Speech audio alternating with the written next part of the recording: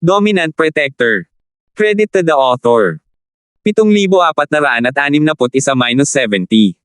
Ang mga pangalan po na nandito ay galing sa mga name generator. Kung meron man pagkakatulad sa mga pangalan ng tao o lugar at pangyayari, ito ay tunay na hindi sinasadya. Niwala na siyang oras para ilabas ang huling sigaw niya bago siya tuluyang namatay. Ang kanyang nanghihinang katawan ay tuluyang nakabaon sa pader, ngunit hindi siya bumagsak. Dahan-dahan at eleganteng binawi ng puting lalaki ang kanyang palad. Isang di nakikitang agos ng hangin ang nagtipon ng dugo ng patay na magsasaka. Sa isang mahinang pagkislap ng kanyang daliri, bumalik ang dugo sa mukha ng magsasaka. Ang gulo. Isang ang tunay na kalunos-lunos na tanawin. Walang hiya ka talaga. Nakakabagot. Walang pakialam na sumangot ang puting lalaki, saka itinaas ang kanyang ulo ng mayabang. Anong Cultivators Management Association? Parang isa lang itong walang laman na titulo. Bakit pa natin dapat pakialaman ang isang organisasyong walang rating? Isa lamang siyang mababang antas na gwardya, ano pa ang maipagmamalaki? Malamig na sinulyapan ng babaeng Asyano ang bangkay sa dingding at saka ibinaling ang tingin sa kabilang panig ng koridor. Mukhang nandito na ang namamahala.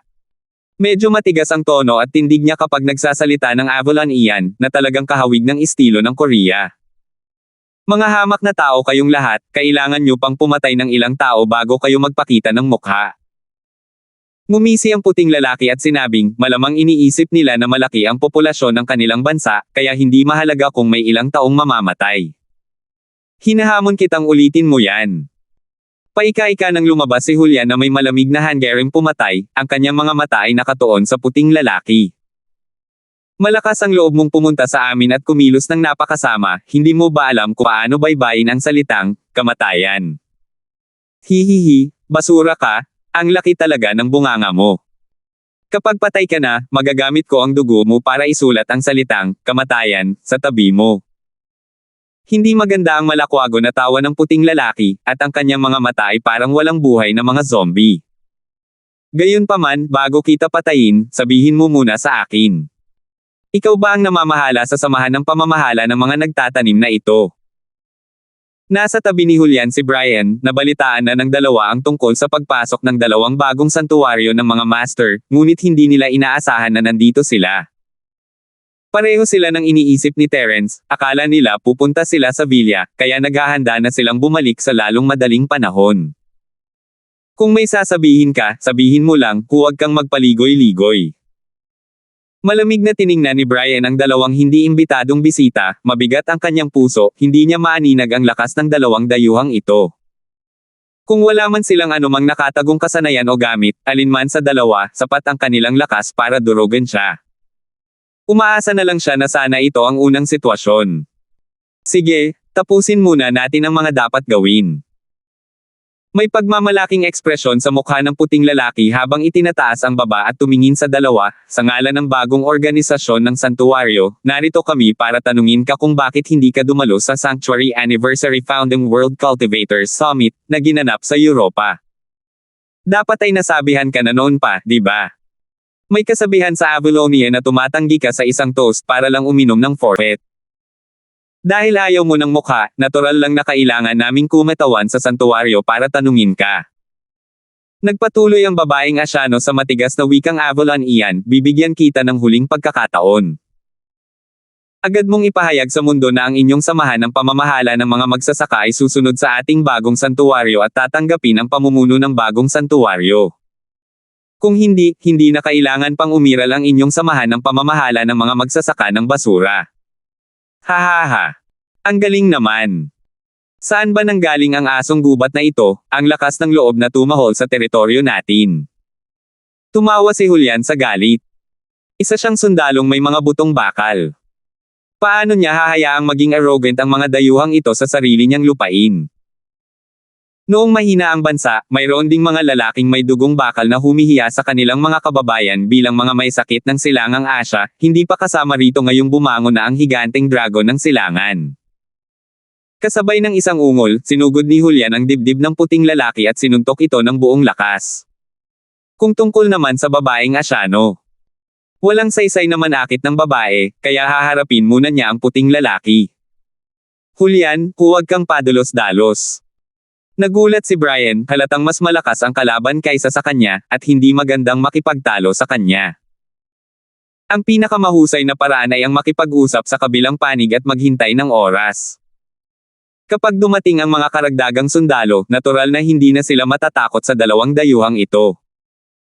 Gayunpaman, sinimulan na ni Julian ang kanyang pag-atake, hindi niya narinig ang sigaw ni Brian, o nagkunwari siyang hindi ito narinig. Nabuo na ang momentum.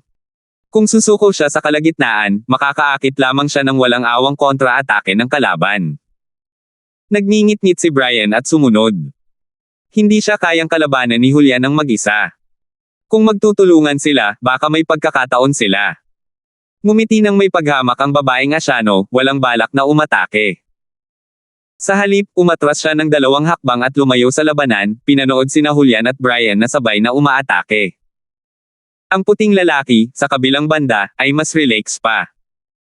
Inabot lang niya ang kanyang kanang kamay, hinawakan ito gamit ang kanyang hinlalaki, at marahang pinitik.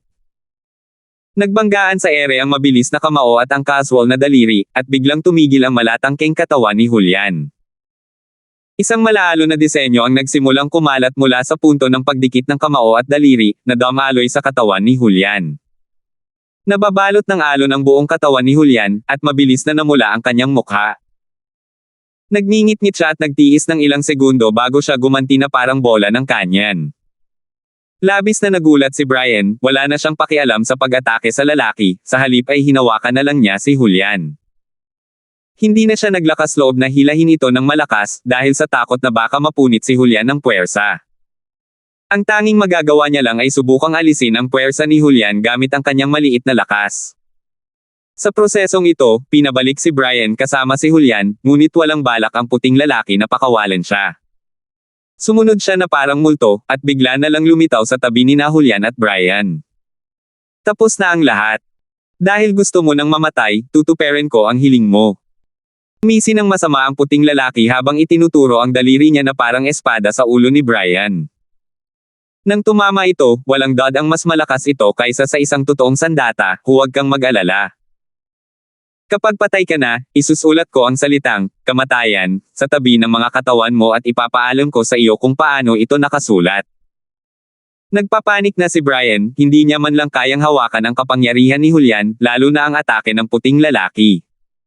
Sa pagkakataong ito, tapos na talaga siya. Sa tamang oras, isang figure ang biglang sumulpot sa tabi ng puting lalaki at itinaas ang kanyang kamay para pigilan ang kanyang pag-atake. Pinagpapawisan si Brian. 3 pulgada na lang ang layo ng daliri niya sa ulo niya, at malapit ng hiwain ng matalas na chi ang balat niya. 7,462. Anong ginagawa mo? Bakit mo ako pinigilan? Kumunot ang noo ng puting lalaki at tiningnan ang kanyang kasama, ang babaeng Asyano, nang may pagkadismaya. Maaaring may gusto ka sa magandang batang ito. Gusto mo siyang ituring na parang laruan. Tumahimik ka nga. Mag-isip ka ng seryosong bagay. Tama na yan para maturuan sila ng leksyon, hindi mo na kailangang patayin silang lahat. Malamig na napaungol ang babaeng Asyano at sinampal ang mukha ni Brian, dahilan para pareho silang matamba. Kayong dalawa ba ay nangangahas pa ring baliwalain kami matapos ninyong makita ang kapangyarihan ng ating bagong banal na rehiyon? Tama. Kung hindi kanya pinigilan, mga patay na sana kayong dalawa ngayon. Mas mabuting magpasalamat ka sa kanya.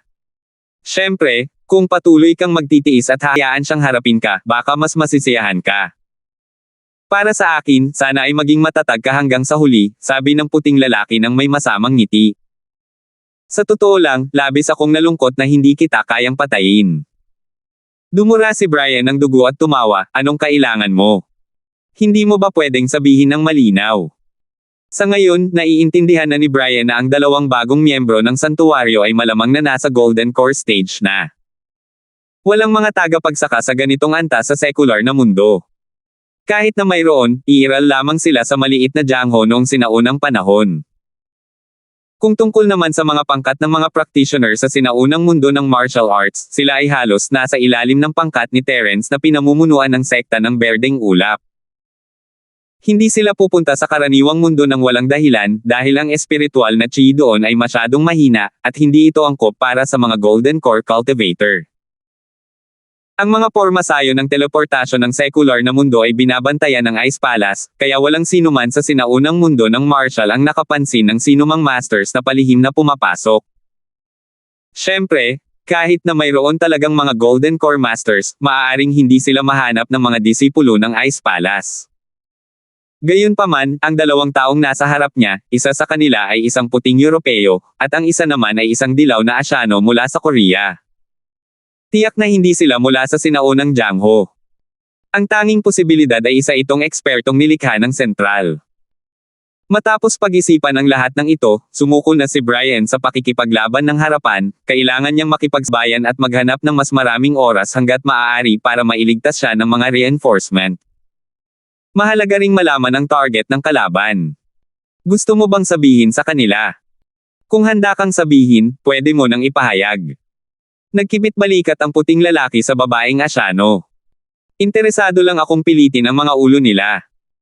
Kung hindi sila pumayag pagkatapos mong gawin yan, wala kang problema kung hahayaan mo akong asikasuhin yan, di ba? Isa itong banta, ngunit hindi ito tinanggap ni na Brian at Julian, normal lang iyon sa harap ng dalawang Golden Core Masters. Sige, sasabihin ko na. Sumimangot ang babaeng Asyano at humarap kina Julian at Terence. Sa ngalan ng bagong organisasyon ng santuwaryo, ipinapahayag ko sa inyo na mula ngayon, ang samahan ng pamamahala ng mga magsasaka ay hindi naiiral. Dapat kayong magpasakop sa aming bagong organisasyon ng santuwaryo ng walang kondisyon at tanggapin ang aming pagkakaloob. Kung hindi kayo sasang-ayon, ang bagong santuwaryo ay maglulunsad ng isang banal na digmaan at lilipulin kayo ng tuluyan. Sa puntong ito, kumislap ang anyo ng babaeng Asyano. Sandali siyang nawala at pagkatapos ay agad na bumalik.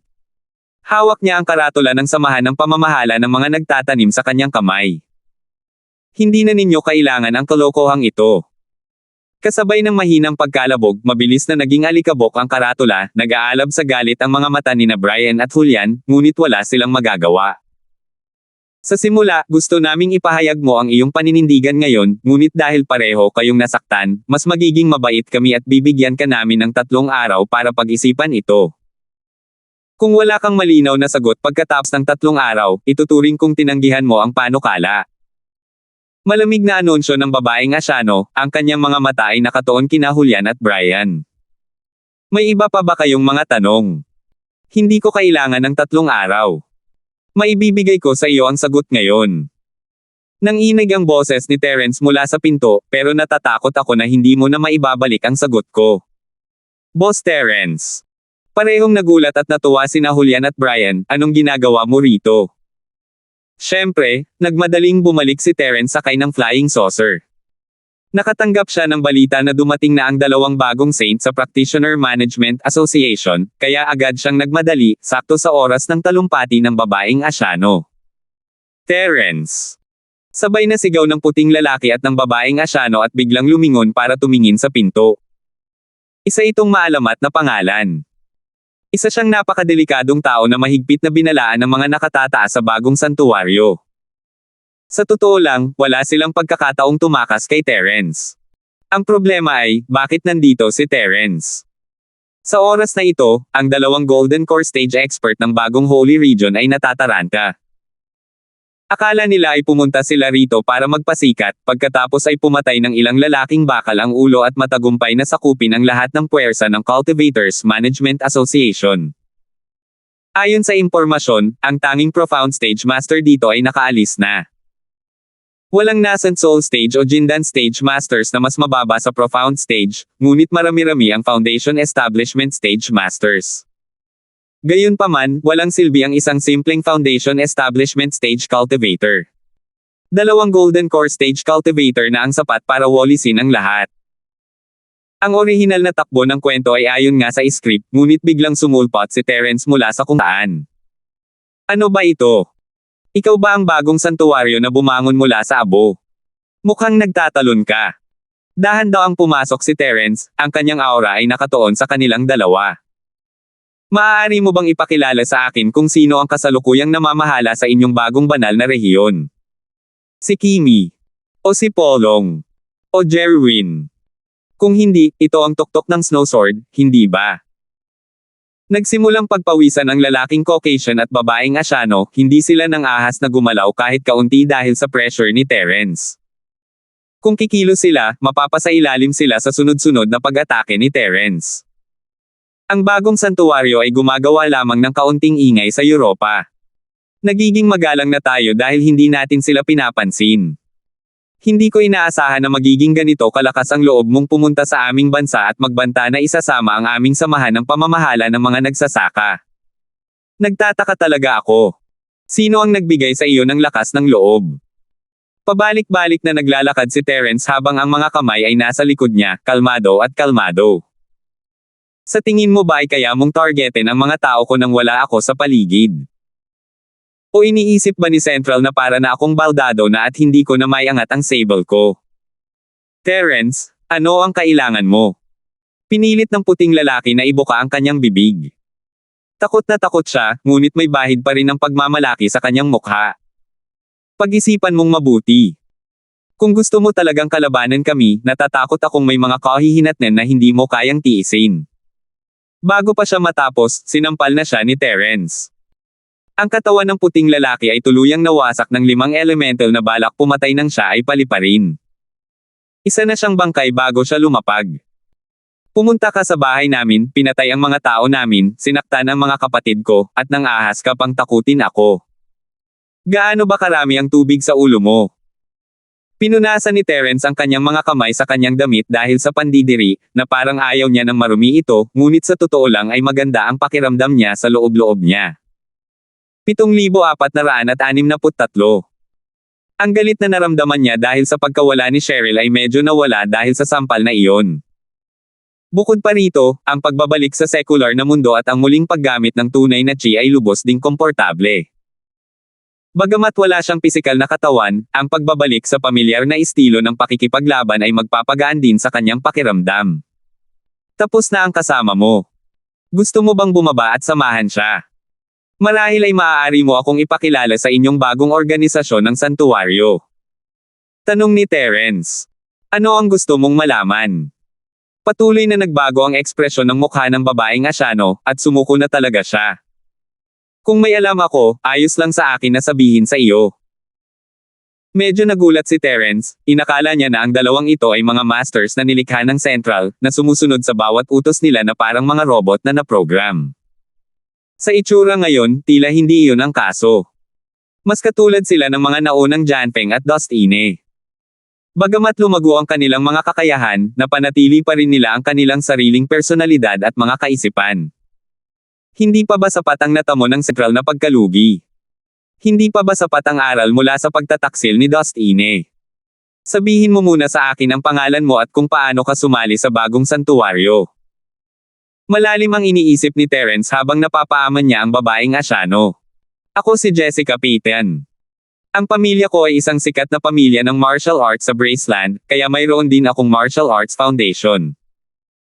Si Jessica, ang babaeng Asyano, ay lubos na masunurin at detalyadong nagpaliwanag. Pagkatapos noon, lumipat siya sa Europa at napili ng bagong santuwaryo upang sanayin bilang isang santo. Matapos lubos na umunlad ang kanyang lakas, sinimulan niyang ipaglaban ang santuwaryo. Kaya pareho kayong mga mensahero. Ngumiti si Terence. Akala ko mga Saint Seiya kayo. Sayang naman, gusto ko pa ring makita kung ano ang hitsura ng mga banal ninyong kasuotan. Nagpatuloy si Terence pagkatapos ng kaunting pangungutya, sabihin mo nga sa akin ang istruktura ng organisasyon ng inyong bagong banal na rehiyon at sino ang inyong pinuno. Ano ang kanilang lakas sa pakikipaglaban?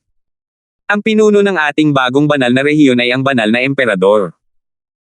Sa ilalim niya ay 4 na banal na general, 8 banal na Panginoon, at pagkatapos ay kaming mga banal na sugo.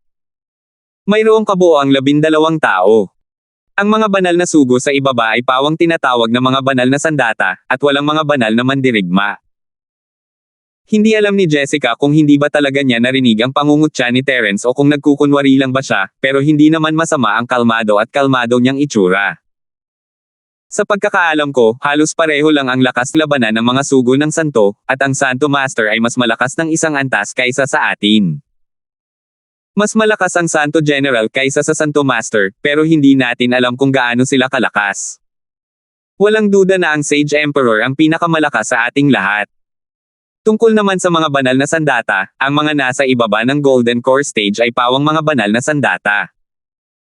Maaari silang hatiin sa kapitan, piling tao, at ordinaryong banal na sandata ayon sa kanilang lakas. Marami pa sa kanila, pero hindi ako sigurado. Nawalan ng malay si Terence, hindi niya inakalang ganito kalakas ang bagong santong ito.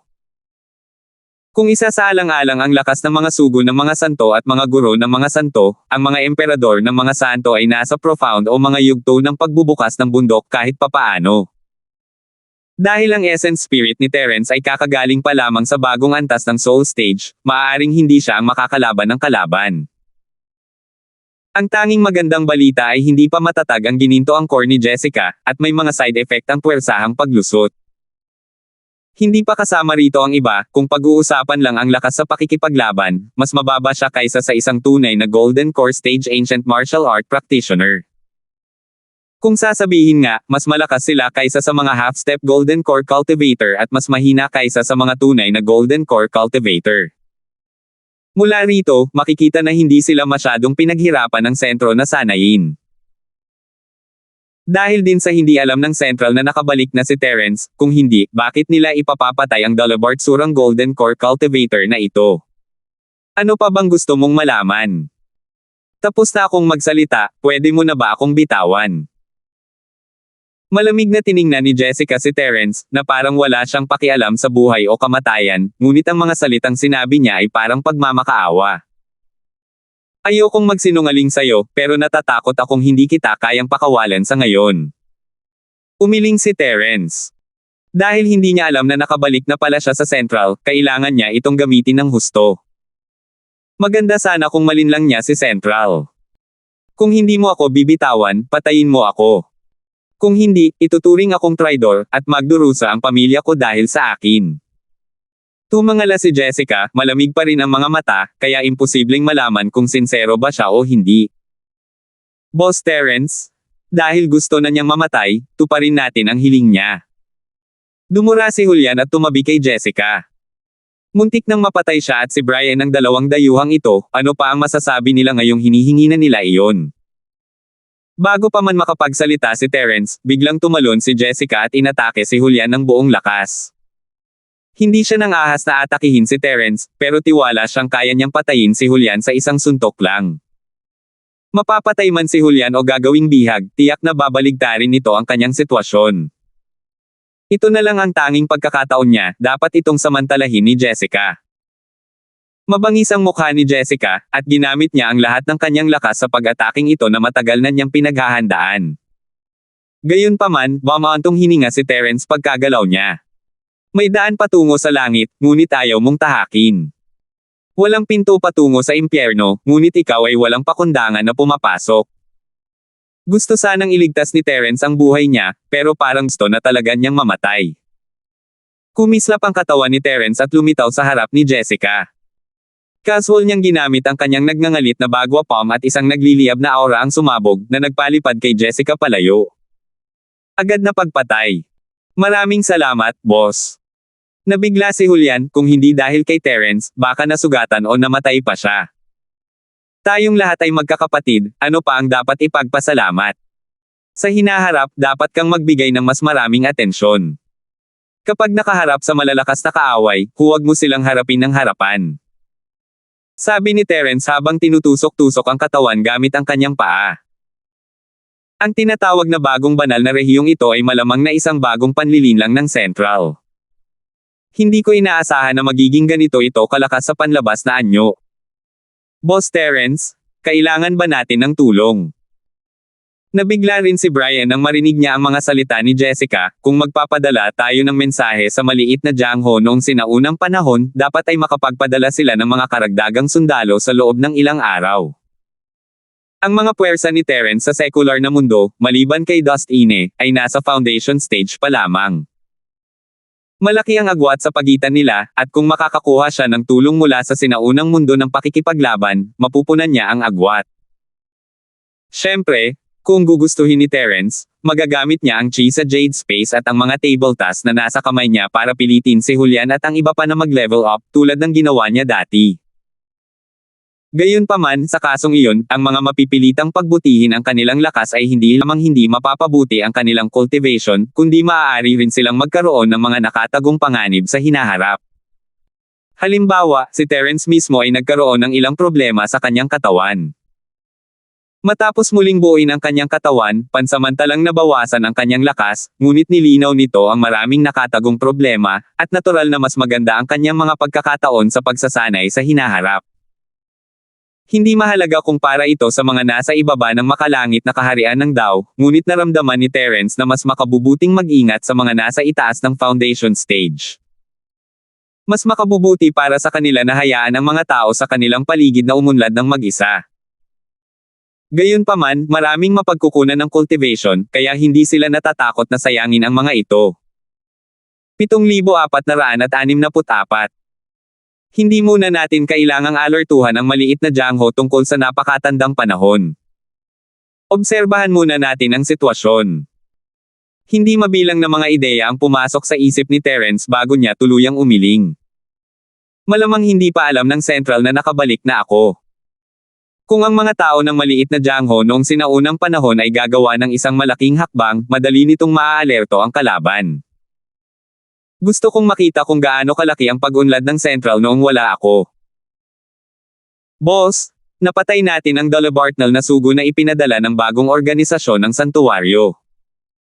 Natatakot ako na hindi natin may tatago ang balita ng iyong pagbabalik kahit na gusto natin, hindi ba? Hindi masyadong inisip ni Julian dahil nandito si Terence, ano pa ang dapat ipag-alala? Siya mismo ang gumawa nito. Ang base ng santuwaryo sa gitna ay nawasak na minsan. Kung gusto nilang matayo ng bagong santuwaryo, maaari nila itong sirain muli. Ano ang malaking problema? Kung hindi talaga natin may tatago, tignan natin kung may lakas ng loob ang Central na kalabanan ako ng harapan kapag alam nilang nakabalik na ako. Malamig na ngumiti si Terence. Sa pagkakataong ito, ang gitnang tao ang unang umabot ng kamay. Kung naglakas loob siyang gawin iyon, dapat alam na niya na puputulan ang mga braso at binti niya. Kasabay nito, ang bagong organisasyon ng santuwaryo sa Europa. Panginoong Eastern Sage General, may nangyari sa dalawang sugo na ipinadala sa Asia upang makipag-ugnayan sa Cultivators Management Association. Isa sa mga sandata ng santo ay magalang na yumuko sa lalaking nakaputi ang damit. Ang mga kagamitang pangbuhay na itinanim sa dalawang mensahero ng santo ay tumigil na sa paggana ng sunod-sunod. Malamang na nakatagpo sila ng isang makapangyarihang kaaway at namatay sa santuwaryo. Patay na silang dalawa. Bahagyang kumunat ang noo ng lalaking nasa katanghaliang gulang na nakaputi ang damit. Ayon sa aming impormasyon, ang tanging banta ay si Dustine. Wala siya sa samahan ng pamamahala ng mga cultivator. Sa kanilang lakas, sino ang makakapatay sa kanila? Hindi ko alam. Hindi kayang ipadala pabalik ng life device ang ganoong impormasyon. Pinanatili ng sandatang saint ang pana nito. Isa lamang itong maliit na karakter na namamahala sa pagsubaybay sa kaligtasan ng mga bagong emisaryo ng Saint pataas. Kung papatayin ito ng Saint General sa galit, walang magsasalita. Mukhang kailangan ko nang gumawa agad ng monitoring device na kayang matiling buo habang nakikipaglaban. Kung hindi, hindi ko malalaman kung ano ang mangyayari kapag lumabas ako. Masyado itong magiging pasibo. Walang balak ang dakilang general ng Eastern Sage na ilabas ang kanyang galit sa isang maliit na tao. Kumunat lang ang noo niya at nagsalita, alam na ng Panginoong ito ang tungkol sa bagay na ito, maaari ka nang umalis. Magalang na sumagot ang banal na sandata at dahan-daang umatras pagkatapos yumuko. Medyo may alam siya tungkol sa mga kagamitan sa pagsubaybay na binanggit ni Eastern Sage. Noong una, bawat miyembro ng bagong organisasyon ng santuwaryo ay may dalang kagamitan sa pagsubaybay kapag sila ay lalabas para sa isang misyon, para maging madali para sa kanila na maitala ang proseso ng misyon. Gayunpaman, maayos pa rin ang mga ordinaryong kagamitang pang-surveillance na ito laban sa mga ordinaryong sandatang saint. Medyo matindi na ang labanan sa pagitan ng isang piling sandatang saint at ng isang kapitan ng sandatang saint, at madali nang masira ang mga kagamitang ito sa sandaling magsimula ang labanan. Ang tunay na chi na inilalabas ng mga mas mataas ang ranggong Saint Emissaries pataas sa panahon ng labanan ay kayang sirain ang mga monitoring device na ito ng sabay-sabay, kaya walang saysay na isuot ang mga ito sa ngayon. Kalaunan, sa bagong Holy Region, mga ordinaryong holy weapons lang ang may kagamitan sa pagmamatsyag, at hindi na kailangang dalhin ito ng ibang tao bilang default. Dahil dito, wala silang ideya kung paano namatay si Jessica at ang kabilang tao. Ang tanging nahuhusgahan nila ay kung buhay pa sila o hindi sa pamamagitan ng aparatong pangbuhay na itinanim sa kanilang mga katawan. Pagkatapos umalis ng sandatang Saint, mahinahong lumingon ang immortal na general ng Eastern Sage at nagtungo sa sentro ng Holy Region upang makipagkita sa Sage Emperor. Kamahalan, patay na ang dalawang santong sugo na si Jessica. Ang lokasyon ay ang Avalonia Cultivator Management Association. Batay sa datos na naitala ng life device, pareho silang napatay sa loob ng ilang segundo. Yumuko ang general ng Eastern Sage at nagsalita ng may mahinahong ekspresyon, inimbestigahan ko na ito bago pa ako dumating. Bagamat nakabalik na si Dustine sa secular na mundo at mabilis na nagmamadaling bumalik, papunta pa rin siya ng mamatay ang Dalabartnal na sugo, kaya hindi maaaring si Dustine iyon. May mga nakatagong eksperto pa rin ba dyan? Bahagyang nagulat ang pantas na emperador, at pagkatapos ay may bahid ng galit na lumitaw sa kanyang mukha. Anong ginagawa ng mga taong iyon? Hindi man lang niya magawa ang pinakasimpleng pangangalap ng impormasyon. Dalawang santong sugo. Isa itong malaking kawalan para sa ating bagong banal na rehiyon. Nakayuko pa rin ang general ng Eastern Sage at hindi nagsasalita. Siya ang numero 1 tao sa ilalim ng pantas na emperador ng bagong santuwaryo, na nangangahulugang siya ang numero 2 tao sa bagong santuwaryo. Gayunpaman, ang kanyang tunay na kapangyarihan ay wala kahit isang 10 bahagi ng sa pantas na emperador. Ang dalawang sagradong sugo na namatay ay hindi mga tauhan ng dakilang general ng Eastern Sage, kaya natural lamang na wala siyang masyadong pakialam sa kanila. General ng Eastern Sage, agad na magayos ng mga especially iya para tuklasin ang sitwasyon sa Avalonia. Kailangan nating makakuha ng detalyadong impormasyon tungkol sa lugar na iyon. Madilim ang mukha ng pantas na emperador habang ibinibigay niya ang utos. Tandaan, huwag mong hayaang mapansin ka ng kabilang panig. Bumalik na si Dustine, at may isang misteryosong eksperto na nagtatago sa dilim. Bago tayo makakuha ng detalyadong impormasyon, hindi tayo maaaring kumilos ng padalos-dalos. Susundin ng nasasakupang ito ang iuutos mo. Walang anumang pagtutol ang general ng silangang Sage. Alam niya na kahit galit ang emperador na Sage, hindi pa rin nawawala ang kanyang katwiran. Isang hanggal lang ang magpapadala ng ilang Saint Masters o Saint General para maghiganti bago pa nila malaman ang pinagmula ng kalaban dahil sa pagkamatay ng dalawang santong sugo. Ang estratehiya ng pagdaragdag ng panggatong sa apoy ay lubos lamang na makakasira sa sariling panig. Pagkatapos lamang makakuha ng detalyadong impormasyon at pagkatapos ay maglunsad ng isang dumadagandong na atake na may ganap na kalamangan ang tamang pagpili. Maaari ka munang umalis. Kung may bagong balita, ipaalam mo agad sa akin. Magpapaalam na ang nasasakupan na ito. Yumuko ang general ng Sage sa silangan bago tumalikod at umalis sa lugar. Doon na natigil ang pag-uusap nilang dalawa. Tila hindi gaanong magkalapit ang mga numero 1 at numero 2 tao sa bagong banal na rehiyon. Kung tungkol naman sa katotohanan, sila lamang mismo ang nakakaalam. Pagkaalis ng general ng mga pantas sa silangan, binuksan ng emperador ng mga pantas ang isang aparato sa komunikasyon nang lumitaw sa kanyang harapan ang isang palabas na palabas. Pagkatapos ng halos 10 segundo, nakakonekta ng communicator, at lumitaw ang imahe ng Kimi sa projection. Binibining Liger, may ire-report ako sa iyo. Bagamat nakaupo pa rin sa kanyang trono ang pantas na emperador, ang kanyang ekspresyon ay lubos na magalang, tulad ng kung paano kikilos ang dakilang general ng silangang Sage sa harap niya. Ang Dalabartnal na sugo na ipinadala sa Avalonia ay pinatay ng mga tao mula sa samahan ng pamamahala ng mga magsasaka. Ang gumawa nito ay hindi ang traidor na si Dustine, kundi ibang tao. Sino ang nagpahintulot sa iyong pumunta sa Avalonia nang walang pahintulot? Nandilim ang mukha ni Kimi at malungkot niyang sinabi, ganap na bang nasa ilalim ng iyong kontrol ang Europa? Iniabot na nila ang kanilang mga kamay sa Asya. Binibining Liger, hindi mo naintindihan. Sa pagkakataong ito, dahil lang sa hindi pinansin ng administratibong asosasyon ng mga magsasaka ang ating imbitasyon. Nagpadala tayo ng isang tao para tanungin sila, baka hamakin nila ang ating bagong banal na rehiyon. Kung talagang may gusto tayong gawin sa Avalonia, paano tayo nakapagpadala ng 2 sugo lang? Mabilis na paliwanag ng pantas na emperador. Isa lamang itong hadlang at garantiya para sa ating pag-unlad sa Europa. Sa hinaharap, kung gusto mong umalis ng Europa, basta't isa itong banal na sandata kapitan o higit pa, kailangan mong makuha ang aking pagsang-ayon. Naiintindihan mo ba?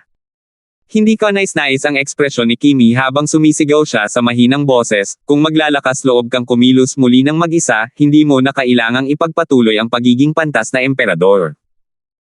Bahagyang nahihiya at galit ang sumilay sa mga mata ng pantas na emperador, ngunit agad niya itong itinungo upang itago. Nagkunwaring takot at magalang, sinabi niya, tulad ng iyong utos. Huwag kang mag-alala, Miss Liger, wala nang susunod. 7,465. Mas mabuti kung hindi mo gagawin. Dapat mong malaman kung gaano karaming resources at presyo ang binayaran natin para makultivate ang isang saint. Hindi madaling tipunin ang istrukturang pang-organisasyon ng bagong santuwaryo, kaya dapat kang mag-ingat bago ito lumakas. Medyo gaman ang ekspresyon ni Kimi nang sinimulan niyang aliwin ang Saint Emperor, magaling ang ginawa mo bago ito. Ipagpatuloy mo lang at huwag mo akong biguan. Gagawin ng nasasakupang ito ang lahat para maglingkod sa organisasyon at hindi niya bibigwin si Miss Liger. Mabilis na ipinahayag ng pantas na emperador ang kanyang katapatan at nagtanong, ano ang dapat nating gawin sa China? Bago ito, inayos na ng iyong nasasakupan na asikasuhin ng silangang sage ang ilang mga bagay. Matapos makinig sa utos ng Sage Emperor sa Eastern Sage General, nag-isip sandali si Kimi. Walang masama sa ginagawa mo, gawin mo na muna sa ngayon. Tungkol naman sa misteryosong Panginoon na pumatay sa 2 mensaherong santo. Maaari kayang bumalik na si Terence. Hindi alam ni Kimi mismo kung gaano siya natatakot kay Terence, kaya nang marinig niya na isang misteryosong master ang pumatay ng 2 Golden Core Stager, ang una niyang reaksyon ay bumalik na si Terence. Binibining Liger. Wala kaming natanggap na balita tungkol sa pagbabalik ni Terence, at hindi ba't sinabi nilang umalis na siya sa Sky Class Island para sa ibang eroplano? Hindi siya dapat nasa mundo ng mga mortal, hindi ba? Malinaw na may kaunting pagkakaintindi ang Saint Emperor kay Terence at sa Sky Class Island. Ito si Terence. Mahirap sabihin. Sandali lang. Hindi pinutol ni Kimi ang komunikasyon sa Sage Emperor, kundi direktang nakakonekta sa isa pang komunikasyon sa harap niya. Tulungan mo akong tingnan kung may kakaibang paggalaw sa daanan ng wormhole. Mabilis na kumilos ang kabilang panig matapos sumang-ayon. Sa loob lamang ng kalahating minuto, may sumagot. Dahil ang pasukan ng daanan ng wormhole ay binabantayan ng mga tao mula sa Darwin, mahirap imbestigahan ang partikular na sitwasyon. Gayunpaman, madalas na umaalis si Darwin sa daanan ng wormhole nitong mga nakaraang araw. Isa ito sa mga hindi pangkaraniwang galaw. Hindi nagbago ang ekspresyon ng mukha ni Kimi, pero nahihiya pa rin siya. Ang wormhole ang dating sentro ng kanilang grupo, ngunit ngayong si Kuya Darwin na ang pumalit sa lugar, hindi na nila alam ang eksaktong sitwasyon ng wormhole. Dahil dito, mas lalong naging determinado si Kimi na lumikha ng mga masters para sirain ang kapangyarihan ni Terence sa sekular na mundo. Kung hindi sila gagalaw, ayos lang sana, pero kapag gumalaw na sila, kailangan nila silang hulihin lahat sa isang iglap. Matapos putulin ang komunikasyon, humarap si Kimi at kinausap ang Saint Emperor, si Darwin, ang traidor na iyon, ay ang tapat na tagahanga ni Terence. Paalis na siya sa pasukan ng wormhole na ipinabantay sa kanya ni Terence. Malamang nababalik siya para makita si Terence. Mukhang napakalaki ng posibilidad na bumalik si Terence. Hindi alam ni Kimi na madalas umalis ang kapatid na si Darwin nitong mga nakaraang araw dahil kay Cheryl, pero nahulaan niya na bumalik na si Terence. Binibining Liger, paano natin ito haharapin? Maraming beses nang nagtagpo ang landas ng Saint Emperor at ni Terence, at alam niya kung gaano kitikot si Terence. Bahagyang ikinumpas ni Kimi ang kanyang kamay, indikasyon na hindi dapat magsalita ang Saint Emperor. Kailangan niya ng kaunting oras para mag-isip. Kung talagang bumalik si Terence, hindi sana siya galing sa Sky Class Island. Dahil alam na alam ni Kimi kung saan pupunta si Terence. Walang daan pabalik sa secular na mundo sa lugar na iyon, kaya ang tanging posibilidad ay ang pagpapakita ng sinaunang espiritu. Kaya, may progreso na ba ang operasyon ng lalaking nakaabong damit sa Sub-Island? Ipinabalik ba ng lalaking nakaabong damit si Terence sa karaniwang mundo? Wala siyang pagpipilian. Walang paraan para makakuha ng impormasyon mula sa Sub-Island. Kung gusto niyang malaman ang sitwasyon, kailangan niyang ipakita ang kanyang sinaunang espiritu at direktang tanungin ang lalaking nakaabong damit. Ang problema ay walang angkop na tao sa secular na mundo na maaaring mag-project ng kanilang sinaunang espiritu sa Sub-Island. Magaling sa pakikipaglaban ang mga ekspertong nilikha, pero kung gagamit sila ng primordial spirit projection, ang posibilidad na mamatay sila ay aabot sa 99%. Ngayon, maaari na lang nilang isipin na bumalik si Terence dahil sa lalaking nakaabong damit, ngunit bakit ibinalik ng lalaking nakaabong damit si Terence? Hayaan siyang patayin ng mga tao sa sentro ng secular na mundo. Habang iniisip ito ni Kimi, tiningnan niya ang text message tungkol kay Kuya Darwin mula sa wormhole pagkatapos ng komunikasyon. Napaka-espesipiko nito, kasama na ang mga bahagi sa listahan na kasalukuyang kinokolekta ni Kuya Darwin. Nagningning ang mga mata ni Kimi nang makita niya ang mga bagay na tanging ang Central lang ang mayroon. Iilang tao lang sa Central ang nakakaalam tungkol sa mga bagay na ito, at mas lalong imposibleng makuha ito ni Brother Darwin. Ang tanging paliwanag ay sinabihan ni Terence ang kapatid na si Darwin na kunin ito, at ang paraan para malaman ito ni Terence ay sa pamamagitan ng lalaking nakaabong damit. Patuloy na sinundan ni Kimi ang ganitong kaisipan. Bagamat hindi niya nahulaan ang buong katotohanan, malapit na niya itong malaman. Lihim na subaybayan ang Avalonia at mangalap lamang ng impormasyon. Huwag kang magpakita ng mukha at huwag kang magdulot ng gulo sa Avalonia. Matapos itong pag-isipan ni Kimi, agad siyang nagdesisyon. Hindi mahalaga kung nakabalik na si Terence o hindi, ang mahalaga ay hindi kayo dapat masyadong maging prominent sa puntong ito. Itago ang inyong lakas at umunlad ng maayos, ang paghawak sa Europa sa inyong mga kamay sa lalong madaling panahon ang pinakamahalaga. Pagkatapos nating kontrolin ang Europa, polalawakan natin ang ating saklaw sa Hilaga at Timog Amerika. Tungkol naman sa Afrika. Kapag naalagaan na natin ang Hilaga at Timog Amerika, madali nating masasakop ang Afrika. Haharapin natin ang Asya pagkatapos niyan. Oo. Susundin ng nasasakupang ito ang iuutos mo. Magalang na pumayag ang pantas na emperador, ngunit hindi mapigilan ng kanyang puso ang pag-alab sa matinding damdamin. Kung matagumpay na maisa sa katuparan ang kanyang plano, maaari siyang maging pantas na emperador ng buong mundo. Kahit isa lamang itong puppet na itinulak palabas mula sa gitna, isa pa rin itong sage emperor na kayang-kaya talagang gulatin ang mundo. Sa oras na iyon, baka masipa niya palayo ang sentro ng atensyon. Siyempre, kung gusto nilang patalsikin si Central, kailangan nilang lutisin ang mga paraang ginagamit ng Central para kontrolin sila. Naibalik na ni Terence sina Julian at Brian sa Villa matapos mapagdesisyonan ng bagong santuwaryo ang kanilang plano. Hindi naman malaking problema ang mga pinsala nila, kung nandoon si Terence, gagaling lang sila sa loob ng ilang minuto. Boss, nagpadala ako ng isang tao para imbestigahan ang bagong organisasyon ng santuwaryo at natuklasan kung sila na ang pinakamakapangyarihang puwersa sa Europa. Naupo si Celestino sa tabi ni Terence, ipinakita ang laman ng tableta kay Terence at sa iba pa, sa unang tingin, ang mga puwersa ng bagong santuwaryo ay nakontrol na ang maraming lugar, kabilang narito ang mga lugar na kontrolado ng ating mga kasosyo, tulad ng pamilyang Buffon at pamilyang Gerard. Ayon sa kanila, hindi bababa sa 30% ng teritoryo ang sinakop ng bagong santuwaryo. Ito rin ay dahil sa pakikipagtulungan natin sa pamilyang Buffon, kaya medyo malakas sila. Kung tungkol naman sa pamilyang Fletcher, sa pamilyang Lyman, at sa iba pang may sama ng loob sa atin, sila ay halos sumali na sa bagong santuwaryo at naging mga alipors ng bagong santuwaryo. Teka, sino ang pamilya Fletcher at ang pamilya Lyman? May sama ka ba ng loob sa amin? Hindi matindaan ni Terence, tutal, mahirap matindaan ang mga dayuhang karakter na ito.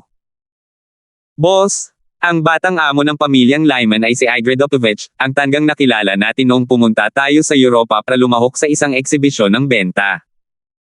Ang kanyang ina, si Josephine, ay nakababatang kapatid na babae ng pinuno ng pamilyang Fleischer, ang Edmonton. Napagtanto ni Terence nang maalala niya na mayroon nga palang ganoong bagay. 7,466. Gustong samantalahin ng mga taong ito si Terence. Hindi lang nila gusto ang eksklusibong karapatan sa pagiging ahente sa Europa, kundi gusto rin nila ng 50 milyong euro mula kay Terence bawat taon. Ang galing naman ng planong pinag-isipan mo.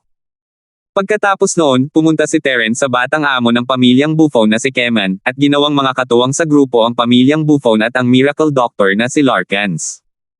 Mga payaso pala yan. Kumusta na si Keman Buffon ngayon? Sinasabi mo na ang impluwensya ng kanilang angkan ay nasakop na ng isang bagong santo, at nahihirapan sila. Nagtungo si Terence sa Europa para sa isang misyon noong siya ay 16 na taong gulang at iniligtas si Keman Buffon, na noon ay 11 o 12 taong gulang. Simula noon, nais ng bata na maging disipulo ni Terence, at ipinadala siya ni Terence kina Jacob at Celestino upang turuan ito. Ayos lang ang batang yan, Keman. Hindi nagkakasiyahan ang pamilya niya, pero sa tulong natin, hindi naman yan magiging mahirap. Magaling din siya sa pagsasanay, at isa na siyang napakalakas na master sa Europa. Ngumiti si Celestino habang pinuri ito. Itinuring na kalahating disipulo si Keman para sa kanya, syempre, magkaibigan lang sila sa pangalan. Siya ang nakababatang kapatid ni Boss Terence, kung tutuusin, at hindi magandang maging disipulo niya. Balikan natin ang sitwasyon ng bagong rehiyon ng banal na lupa. Bukod sa mga puwersang ito ng pamilya, marami sa mga matataas na pinuno ng ilang maliliit na bansa sa Europa ang pinaghihinalaang kontrolado ng bagong rehiyon ng banal na lupa, na katumbas ng hindi direktang pagkontrol sa mga bansang ito. Ang ilan sa mga malalaking bansa sa Europa ay nagpakita rin ng mabuting kalooban sa bagong rehiyon ng banal na lupa. Patuloy na binasa ni Celestino ang impormasyon. Sa kabuuan, kontrolado ng bagong santuwaryo ang mahigit kalahati ng mga sagabal sa ekonomiya at politika ng Europa. Hindi madaling hawakan ang mga ito. Kung may magkamali, maaaring sumiklab muli ang digmaang pandaigdig. Hindi ito biro. Bagamat hindi kalakihan ang impluwensya ng maliliit na bansang direktang kontrolado ng bagong banal na rehiyon, sa tulong ng alyansa ng ilang bansa at ng isang taong nasa matataas na antas ng malalaking bansa, hindi talaga madaling mahawakan ang bagong banal na rehiyon. Kahanga-hanga talaga ang Central. Kaya nilang paunlarin ang bagong santuwaryo sa ganitong kalaking lawak sa loob lang ng maikling panahon. Hindi napigilan ni Terence ang mapangiti matapos marinig ang panimula, namamatay ang alupihan pero hindi naman natutamba. Hindi ito kayang sunugin ng sunog sa kagubatan, pero lalago itong muli kapag umihip ang simoy ng hangin. Kung hindi nila mapapatay ang sentral na pamahalaan, kaya nilang magparami ng walang katapusan, parang ipis. Sa totoo lang, iniisip pa rin ni Terence ang pagpunta sa Europa para tuluyang lipulin ang bagong santuwaryo, pero hindi na siya interesado. Hindi na ito napigilan. Matapos sirain ang isang base ng santuwaryo, isang bagong santuwaryo ang lumitaw din nagtagal, at ang momentum nito ay hindi mabilang na beses na mas malakas kaysa sa dating santuwaryo. Hindi pa kasama rito kung kaya nilang sirain ang bagong santuwaryo na ito, kahit na gawin nila, mabilis na makakagawa ang sentral ng bagong santuwaryo. Walang gaanong oras at lakas si Terence para makipaglaro sa Central sa Common World. Nako, ang kakayahan ng Central na magtayo ng base ay talagang kahanga-hanga. Mas mabilis pa ito kaysa sa isang daga na naghuhukay ng butas. Matapos sirain ang isang bahay, agad na malilikha ang isa pa. Minsan, naiisip ni Terence kung ano ang ginagawa ng Central sa lahat ng kalat na iyon.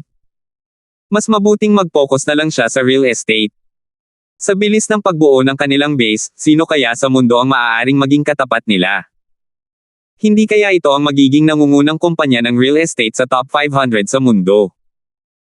Maaaring kontratahin ng sentral na pamahalaan ang lahat ng proyekto sa konstruksyon sa mundo. Gaano kaya kaganda iyon? Siyempre, kung si Terence ang magtatayo ng sarili niyang kumpanya sa pagpapaunlad ng real estate, mas maganda kung siya ang hahanap ng Central bilang kontratista niya. Wala na siyang ibang gagawin, mabibilang na lang niya ang pera. Boss, paano natin haharapin ang bagong antas saint na ito? Medyo kinabahan si Celestino pagkatapos ng pagpapakilala, hindi niya napansin noon pero ngayon niya napagtanto na ang kanyang kalaban ay hindi lang basta-bastang tao.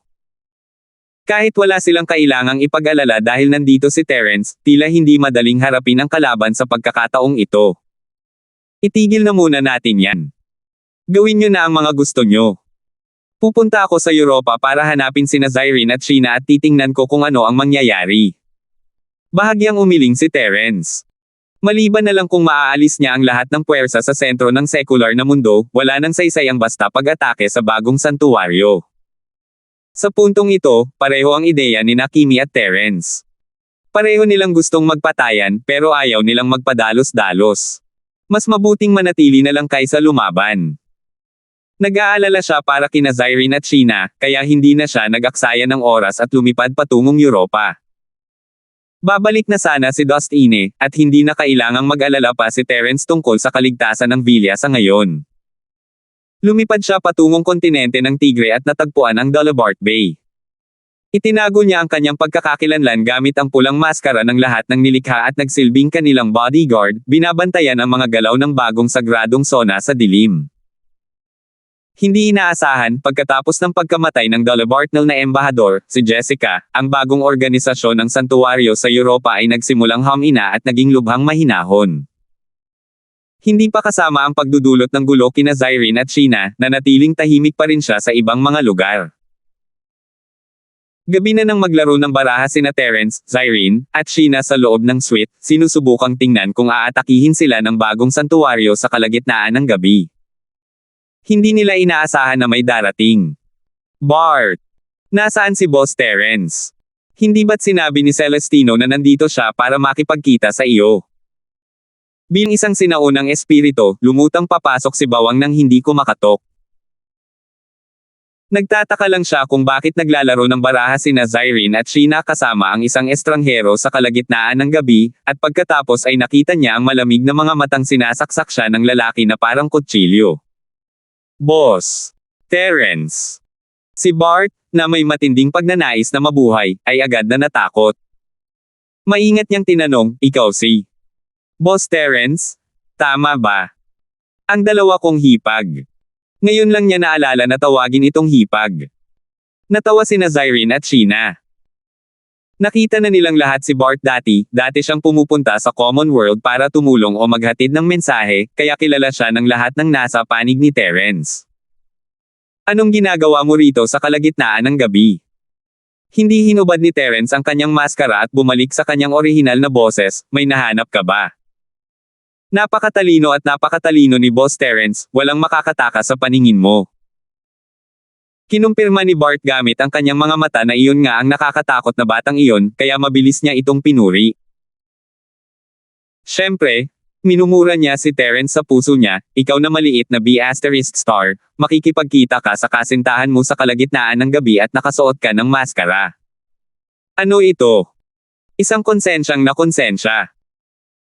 Ayos lang kung magsuot ka ng maskara para makipagtalik sa kalagitnaan ng gabi, pero bakit kinailangan mo pang magsuot ng maskara para maglaro ng baraha? Baliw ka ba? Tinatakot mo ba ako? Tumigil ka na nga, bilasan mo at sabihin mo na ang sasabihin mo. Ibinaba ni Terence ang mga baraha sa kanyang kamay at umupo ng tuwid, kung magpapatuloy ka sa pagsasalita ng kalokohan, ako ang bahala sa iyo. Nagmura si Bart sa kanyang puso, nanunumpa na aalagaan niya si Terence kapag nagkaroon siya ng pagkakataon. Siyempre, kinailangan pa rin niyang magpakita ng nakakalokong ngiti sa kanyang mukha. Makapangyarihan si Boss. May natuklasan akong malaking bagay, kaya pumunta ako rito para ipaalam sa iyo. Sana alam mo na ang katapatan ko sa iyo ay makikita ng araw at buwan, at ang respeto ko sa iyo ay walang hanggan. Napagtanto niyang hindi pala kaibigan ang mga mata ni Terence, at napagtanto niyang gusto niya itong bugbugin. Mabilis siyang tumigil at nagseryoso. 7,467. Boss, araw at gabi ko nang hinanap ang wormhole matapos kong matanggap ang mga utos mo. Hindi ako nakaligtaan ng kahit isang pulgada ng espasyo ng wormhole at sa wakas ay nakahanap ako ng isang nakatagong puwang. Tumango si Terence nang walang malay, may kinalaman ito kay Cheryl, at hindi niya kayang maging pabaya. Kung gayon, nasubukan mo na bang pumasok? Saan patungo ang spatial rift na ito? Biglang bumilis ang tibok ng puso ni Terence habang seryosong nagtanong, maaari kayang papunta ang labasan sa isang lugar malapit sa Europa, kaya ka pumunta. Boss Terence, hindi ko pa nakikita. Napahadjejek si Bart ng alanganin, nag-aalalang baka magalit si Terence. Hindi naman sa ayaw kong pumasok, pero medyo espesyal ang spatial rift na yan. Hindi madaling pumasok. Ano ang espesyal dito? Tumaas ang kilay ni Terence, gusto niyang hawakan ang leeg ni Bart at piliting ilabas ang sagot. Ganito kasi. May spatial undercurrent sa bitek na bumubuo ng spatial vortex. Hanggat lumalapit ka ng kaunti, makakaramdam ka ng puwersa na kayang punatin ang iyong kaluluwa. Isa itong napakalakas na puwersa, kaya hindi talaga ako maglalakas loob na pumasok. Naisip ni Bart, kung maglalakas loob kang pumasok, maganda kung masisira ka. Kung ayaw mong pumasok, bakit ako mamamatay para sa iyo? Hindi ba dapat niya nilinlang si Terence para gawin iyon? Kung talagang pinatay niya ang batang ito, magiging mapayapa ang mundo. Sa naisip na iyon, umirap si Bart at tumawa. Kaya ako nandito para makipag-usap kay Boss Terence. Dapat ba nating tingnan ang undercurrent vortex? Baka makahanap ng paraan si Boss para makapasok. Tama, may isa pa. Ang undercurrent vortex na iyon ay hindi laging lumalabas sa isang takdang lokasyon. Hindi ko ito nakita noong huli kong paghahanap. Walang dapat sayangin na oras. Pupunta na tayo agad sa wormhole. Narinig ni Terence na maaaring mawala ang luha sa espasyo kaya nagpa siya siyang tingnan ito, Zyrene, Sheena, bakit hindi muna kayong dalawa bumalik sa Avalonier? Nandoon si Dustine para siguraduhin ang inyong kaligtasan. Tungkol naman sa konsyerto, mas marami pang pagkakataon sa hinaharap. Hindi mahalaga kung isa siyang sikat na tao, pero hindi sulit na ilagay sa panganib ang buhay niya para lang sa isang simpleng konsyerto. Hindi na umaasa sa pagiging mga kilalang tao sina Zyrene at Sheena para mabuhay, ito na lang ang kanilang interes. Nagkatinginan sina Zyrene at Sheena at agad na tumango. Hindi siya nag-aalala tungkol sa panganib sa Europa, ngunit pakiramdam niya ay hindi siya makakatulong ng malaki kay Terence, o kahit papaano ay hindi siya maaaring maging pabigat dito. Hanggat nananatili ang dalawa sa Europa, mag-aalala si Terence sa kanila, at ngayong nakataya ang kinaroroonan ni Cheryl, hindi magandang panahon para magdaos ng konsyerto sa Europa. Lalo na't kakapatay lang ni Terence ng dalawang bagong Saint Emissary, kailangan niya manatiling tahimik kapag kinakailangan. Walang anumang pagtutol ang dalawa, at nakahinga ng maluwag si Terence. Nang makapasok siya sa wormhole, sino ang nakakaalam kung kailan siya babalik? Kung papasok siya sa bitek, baka mapunta siya sa mga lugar na hindi pa niya napupuntahan noon. Kung sina Zyrene at Sheena ang target ng bagong santuwaryo sa panahong ito, paano magiging panatag si Terence? Pagkatapos ng diskusyon, kinuha nilang apat ang lumilipad na platito at lumipad pabalik sa kani-kanilang mga tahanan. Inihulog ni Terence sina Zyrene at Sheena sa ere sa itaas ng villa at lumipad pabalik sa wormhole nang hindi man lang binati ang iba. Alam na ni Darwin Bro ang sitwasyon nang lumabas si Bart, at nahulaan niya na malamang na si Terence mismo ang papasok sa wormhole para tingnan ito. Naghintay siya rito buong oras at inalis ang mga tauhan ng Central. Boss Terence, nandito na pala kayo. Nang makita sina Terence at Bart, mabilis na lumapit sa kanila si Darwin Bro, na itaboy ko na ang mga tao mula sa Central. Wala nang mga tagalabas na nag-iispiya sa atin ngayon. Mabuti. Pupunta kami ni Bart sa loob at titingnan. Maaaring makabalik kami agad, o maaaring matagalan. Iiwan na namin sa iyo ang pagpapatuloy dito. Kung darating ang Central para manggulo, maaari kang maging mas matapang. Sabi ni Terence bago hinayla si Bart papasok sa lagusan. Sina Terence at Bart ay nagpalit sa kanilang mga anyong espiritu at lumutang sa natural na kapangyarihang mag-teleport ng wormhole. Di nagtagal, ipinahiwatig ni Bart na dumating na sila. Ang dalawang sinaunang espiritu ay kumawala mula sa kapangyarihan ng teleportasyon at lumutang patungo sa gilid. Napansin na ito ni Terence bago pa man magsalita si Bart. Mayroong isang pabilog na hugis vortex na spatial rift doon. Gayunpaman, naiiba ito sa isang ordinaryong puwang sa kalawakan. Walang liwanag dito, tanging walang katapusang kadiliman lamang. Kung hindi ka magbibigay pansin, talagang mahirap matuklasan ang pagkakaroon ng undercurrent vortex na ito. Boss Terence, tingnan mo, ito ang undercurrent whirlpool. Iba ito sa mga normal na space crack. Kapag pumasok ng kaunti ang spirit sense mo, papatayin ka agad ng whirlpool. Pagkatapos magsalita ni Bart, bigla siyang nakaramdam ng inis. Bakit niya sinabi sa batang B** star na ito ang tungkol dito? Dapat pala inilinlang niya ito para subukan ito mismo. Kung natatakot si Terence, hindi na siya papasok at susubukan ulit. Hindi mahalaga kung sasabihin man ito ni Bart o hindi, susubukan ni Terence na gamitin ang kanyang pandama sa espiritu, kahit ano pa man. Hindi siya basta-basta susugod ng hindi nag-iisip. Hindi pa kasama rito, bibigyan siya ng babala ng Jade Space sa sandaling makalapit siya, walang paraan na magiging ganoon siya katanga para basta na lang pumasok at mamatay. Nasa ligtas na lugar si Terence sa gilid ng undercurrent vortex at ipinadala niya ang isang hibla ng kanyang spirit sense para suriin ito. Totoo nga, sa sandaling lumapit ang kanyang banal na sentido sa ilalim ng alimpuyo, ito ay hinayla papasok ng isang puwersang pumupunit. Nang walang anumang pagkakataong lumaban, ito ay nabaluktot sa mga piraso. Napakalakas niya.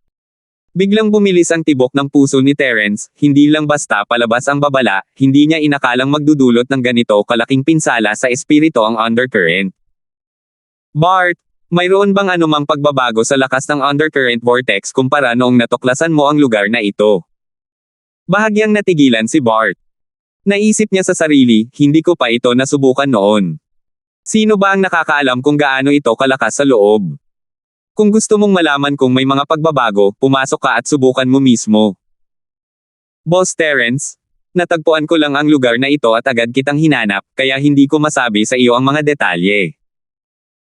Sinusubukan pa rin ni Bart na kumbansihin si Terence na sumugal, pero naalala niya na katabi lang pala niya si Terence, magiging sakuna kung gugustuhin ng bata na sunduin siya sa daan.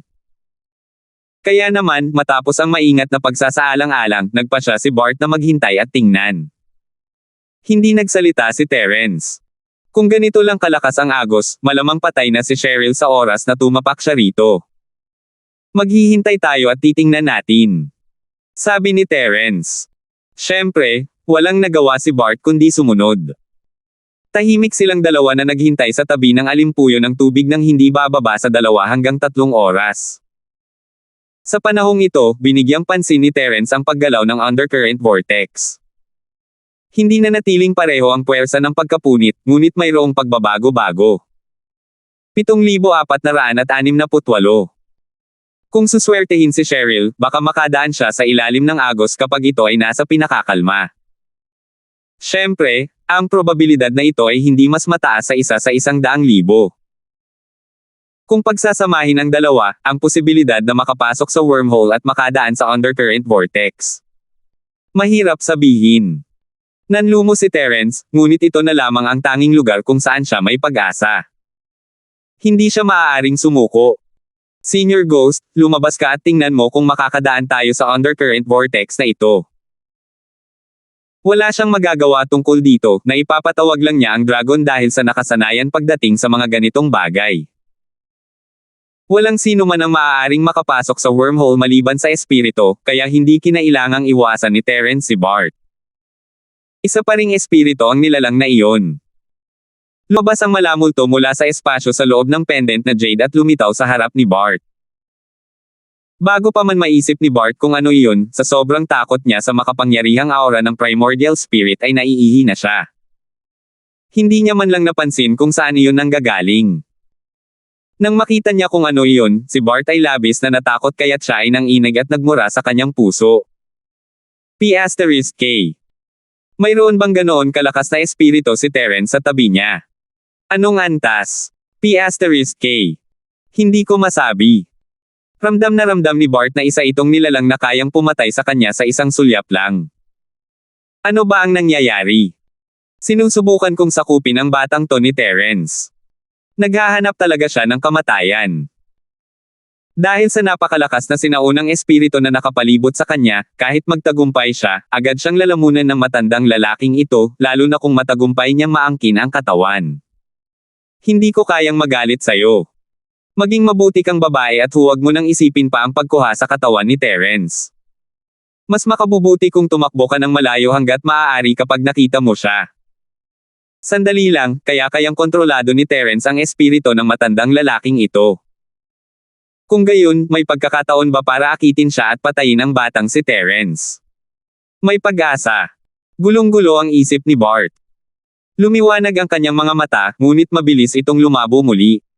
Sino ang mag-aakala kung ang matandang lalaki ay nasa ilalim ng kontrol ni Terence? Paano kung wala itong kontrol? Kung aakyat ako, hahanapin ko ang matayan. Hindi pinansin ng molditang yun si Bart, sila ni Terence ay iisa, kung tutuusin, at alam niya kung ano si Bart. Matapos maingat na suriin ang undercurrent vortex, naging seryoso ang ekspresyon ng nakakatakot na bagay. Hindi ko inaasahan na magkakaroon ng ganitong espesyal na bitek sa daanan ng wormhole. Ang mga ordinaryong spatial crack ay hindi gaanong nakakapinsala sa Essence Soul, ngunit ang undercurrent vortex na ito ay nakakatakot.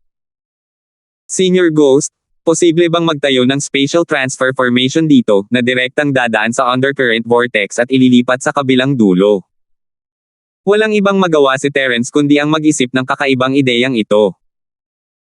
Tumawa si Senior Ghost, ang ibig mong sabihin ay gagawa tayo ng teleportation formation sa magkabilang dulo ng spatial rift at gagamitin ang kapangyarihan ng kalawakan para tumalon sa spatial undercurrent vortex para makumplito ang spatial teleportation. Sa tingin mo ba posible iyon? Bumantong hininga si Terence. Ano pa nga ba ang masasabi niya? Nagsagawa na siya ng ilang pananaliksik tungkol sa kalawakan, kaya alam niyang imposible ito. Sinabi lang iyon ni Terence dahil mas mahusay ang molditang iyon sa kalawakan, kaya may kaunting pag-asa pa siya.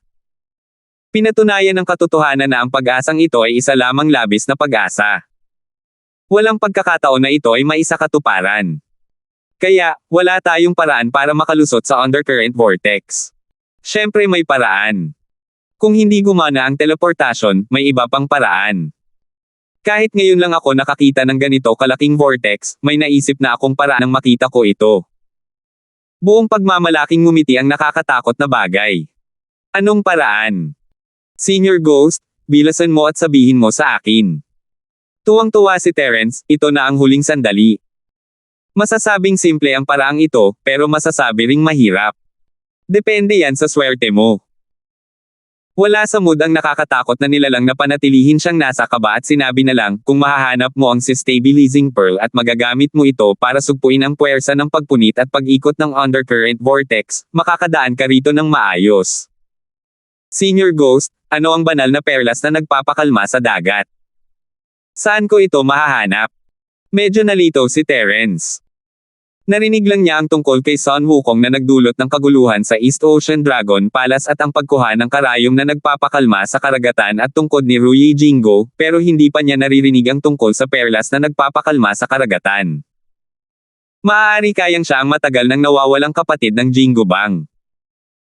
Ang perlas na nagpapatatag sa dagat ay ang maalamat na labi na iniwan ng hari ng dragon sa dagat pagkatapos ng kanyang kamatayan. Hanggat mayroon kang perlas na nagpapatatag sa dagat, maaari mong patatagin ang mga alon sa apat na dagat na parang nasa patag na lupa ka. Ang mga tinatawag na hari ng dragon noon ay ang mga hari ng mga halimaw sa dagat. Hindi naman sila bihira. Sabi ng nakakatakot na nilalang habang umiiling. Tumingin sa kanya sina Terence at Bart, isang hari ng mga halimaw sa dagat, isang tunay na hari ng dragon ng dagat, hindi ba't bihira iyon? Sa ngayon, sa maliit na mundo ng sinaunang panahon at sa walang katapusang dagat ng isla na may uri ng langit, hindi alam kung mayroong tunay na hari ng dragon ng dagat, lalo na ang relikyang naiwan ng hari ng dragon ng dagat pagkatapos ng kanyang kamatayan. Kung maglalakas loob kang humiram sa Sea Beast Clan ng iyong si Kamang Divine Pearl, sigurado akong hahabulin ka ng buong Sea Beast Clan. Senior Ghost, alam mo ba kung saan ko mahahanap ang banal na perlas na nagpapakalma sa dagat? Hindi dapat ito umiiral sa secular na mundo, di ba? Mukhang kailangan ko pang pumunta sa Sky Class Island para hanapin ito. Kung hindi talaga ito gumana, kailangan kong pumunta sa sinaunang mundo ng martial arts. Ayaw talagang makialam ni Terence sa lahi ng mga halimaw sa dagat. Ang tanging may aasa niya ay ang pearl na nagpapakalma sa dagat. Tutal, normal lang naman para sa hari ng dragon sa dagat na mamatay sa sinaunang digmaan. Kahit ang kanyang balat at mga buto ay maaaring maging samsam ng digmaan, lalo na ang isang sarira. Sino ang nagsabing wala nito ang sekular na mundo? Nasabi ko na iyan dati, ang maalamat na hari ng dragon ng dagat ng iyong Avallonia. Hindi ito gawa-gawa, kaya hindi nakakaiba na lumitaw ang perlas na nagpapakalma sa dagat sa sekular na mundo. Hindi napigilan ng kakilakilabot na bagay ang Bamulong, noon, hindi ba't nakilala ka rin ng matandang Panginoon na ito sa sekular na mundo? Nanginig ang mga tainga ni Bart. Malabo niyang narinig ang bulong ng nakakatakot na bagay na iyon, at agad siyang natakot. Mabuti na lang at wala siyang oras para makipag-ugnayan sa matandang lalaki, mukhang maganda ang relasyon nila ni Terence, ang maliit na B** star, at matagal na nila itong kilala. Hindi ko kayang magalit sa'yo. Sa hinaharap, mas makabubuting magpatuloy sa pagtatago hanggat maaari. Pahalagahan mo ang buhay mo at layuan mo si Terence. Mas makakabuti sana kung mayroon ito sa sekular na mundo. Magpapadala ako ng mga tao para hanapin ito pagbalik ko. Siya nga pala, Senior Ghost, ano ang hitsura ng sarira ng hari ng dragon sa dagat? Nabalitaan ko na ang sarira ay isang uri ng buto, hindi ba? Hindi pa naririnig ni Terence ang tungkol sa sarira ng hari ng dragon sa dagat, kaya gusto niya malaman ang higit pa, kung ito ay buto, marami bang sarira ang isang hari ng dragon sa dagat? Hindi naman makatuwiran ang pagtatanong nito. Noon, nabalitaan niya na isang kilalang monghe ang nag-iwan ng ilang sarira matapos pumanaw, na nagdulot ng kaguluhan sa mundo ng tunggalian at iba pa. 7,469. Kung pareho lang ang sarira ng hari ng dragon sa dagat, isa itong dragon na napakalaki. Siguro ay mayroon silang kahit 10 o 20, tama ba?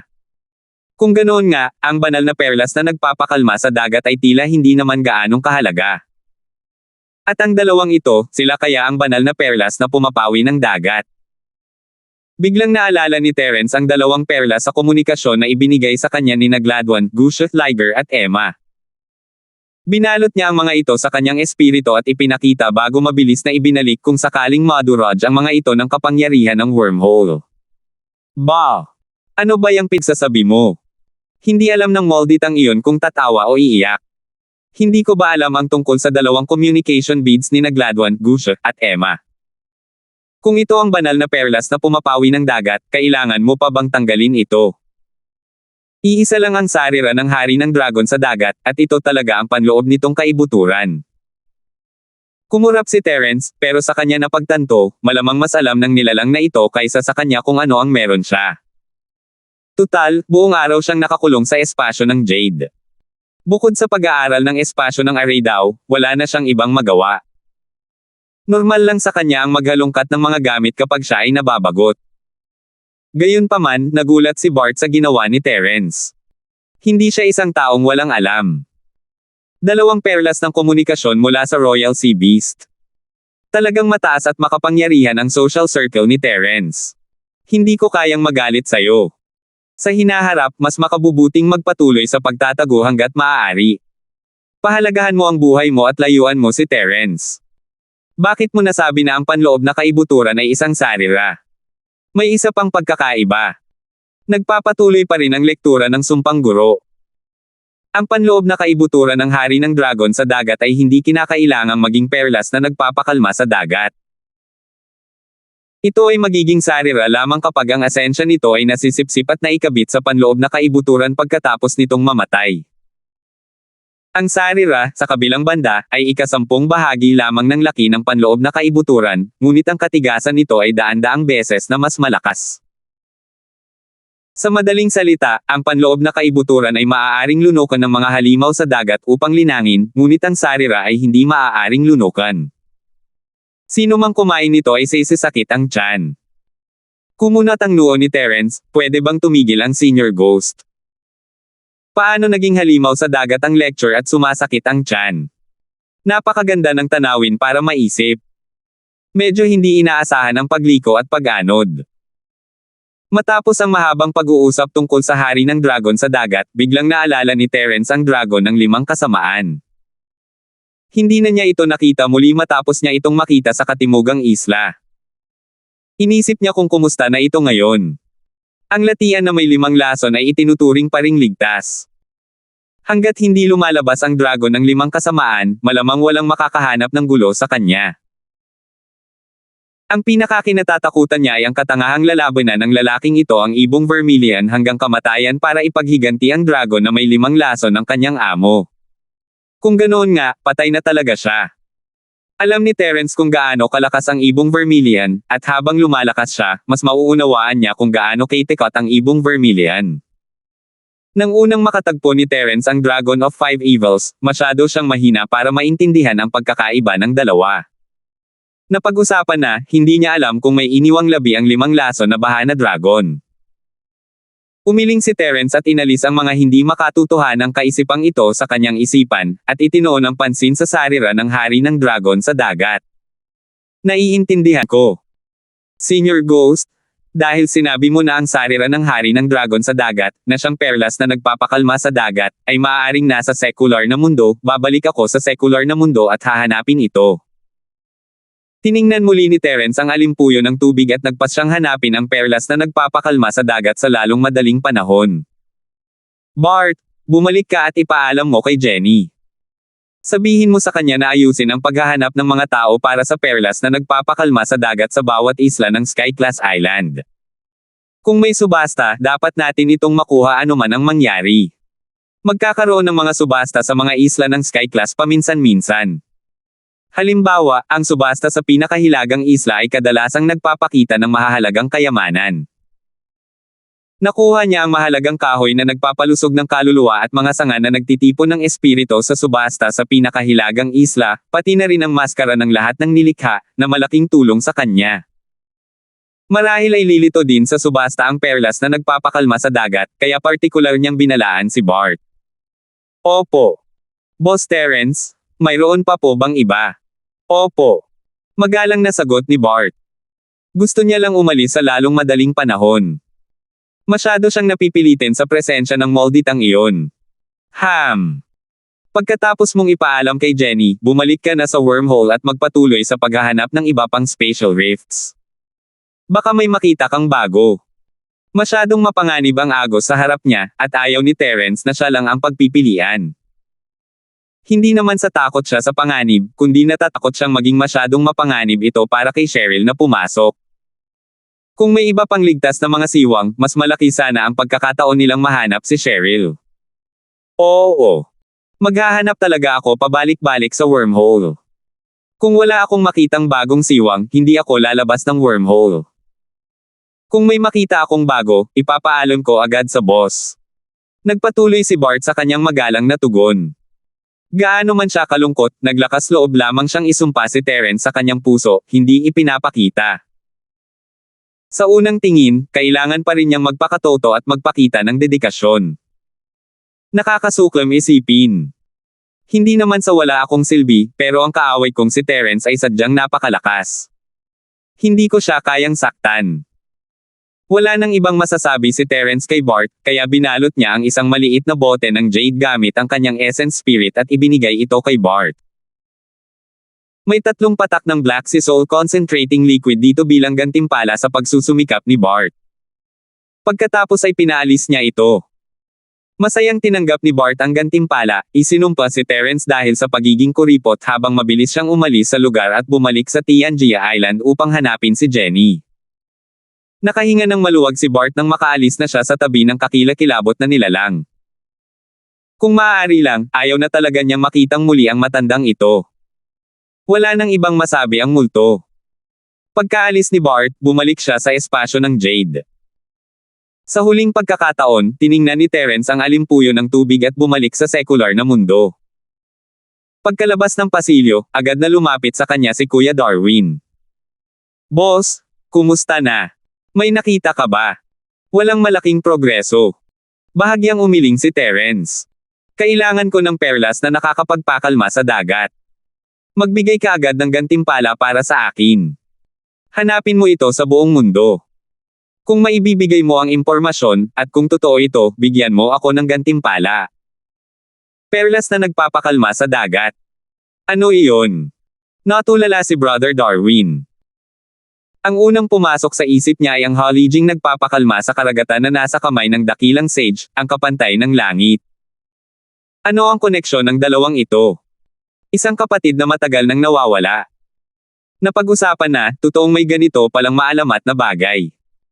Paliwanag ni Terence, at sa wakas ay naunawaan ni Darwin kung ano ang perlas na nagpapakalma sa dagat at kung ano ang hitsura nito.